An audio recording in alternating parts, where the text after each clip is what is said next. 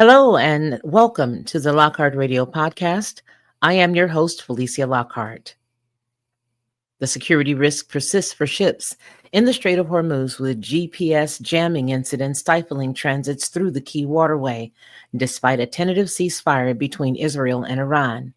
Angeliki Frangou, CEO of Greece-based Navios Maritime Partners, stated to CNBC, quote, "We have had about 20% less passage of vehicles through the Strait of Hormuz, and vessels are waiting outside.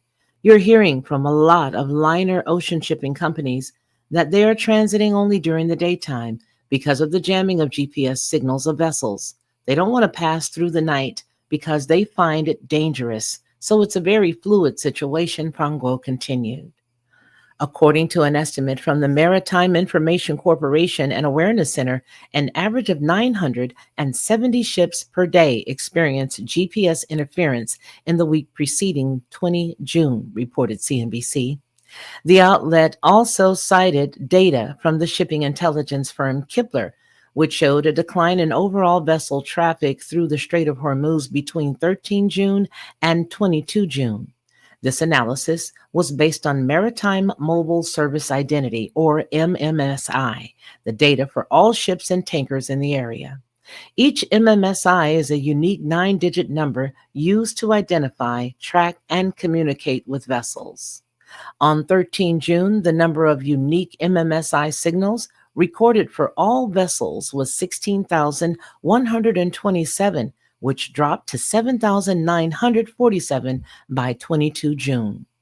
For tankers specifically, the unique MMSI count declined from 1,120 to 889 over the same period. Frango noted that the Strait of Hormuz narrows to just about 21 miles at its tightest point, making GPS signal jamming a particularly serious concern for navigating ships. Quote, "This is very important for the safety of the crew and the vessel. Safety conditions are something that is at our forefront in our minds.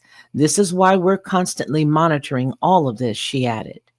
Moreover, security concerns in the strait have subsequently spiked both insurance premiums and ocean freight rates, CNBC reported, stating, according to data from the freight analytics firm Zeneta, spot rates from Shanghai to the UAE's port of Khor Fakkan have surged by 76% since mid-May, with average rates now reaching $3,341 per FEU.